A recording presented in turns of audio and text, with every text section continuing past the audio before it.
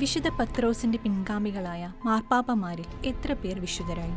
സഭയെ നയിച്ച 266 മാർപ്പാപ്പമാരിൽ 81 പേരെയാണ് വിശുദ്ധരായി പ്രഖ്യാപിക്കപ്പെട്ടിട്ടുള്ളത്.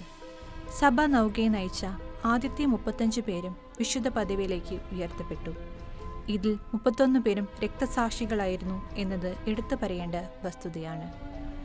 ഈ വരുന്ന ഒക്ടോബറിൽ പോൾ 6 പാപ്പയെ വിശുദ്ധനായി പ്രഖ്യാപിക്കുന്നതോടെ വിശുദ്ധ പദവിയിലേക്ക് ഉയർത്തപ്പെടുന്ന മാർപ്പാപ്പമാരുടെ എണ്ണം 82 തീരും. ജോൺ 23 ജോൺ പോൾ 2 ഏറ്റവും ഒടുവിൽ വിശുദ്ധ പദവിയിലേക്ക് ഉയർത്തപ്പെട്ട മാർപ്പാപ്പമാർ.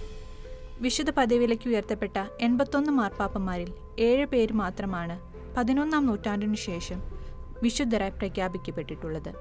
സഭാ ചരിത്രത്തിലെ ആദ്യത്തെ 1000 വർഷം വിശുദ്ധ പദവി പ്രഖ്യാപനത്തിന് ചെറിയ നടപടിക്രമങ്ങൾ മാത്രമേ സഭ സ്വീകരിച്ചിരുന്നുള്ളൂ.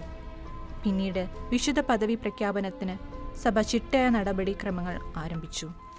ബെനഡിക്ട് 6 മാർപ്പാപ്പ ഒരു വ്യക്തിയെ വിശുദ്ധ പദവിയിലേക്ക് ഉയർത്തുന്ന ആദ്യത്തെ പാപ്പയാണ്. വിശുദ്ധ ഉൾറിച്ചാണ് ആ പുണ്യാത്മാവ്.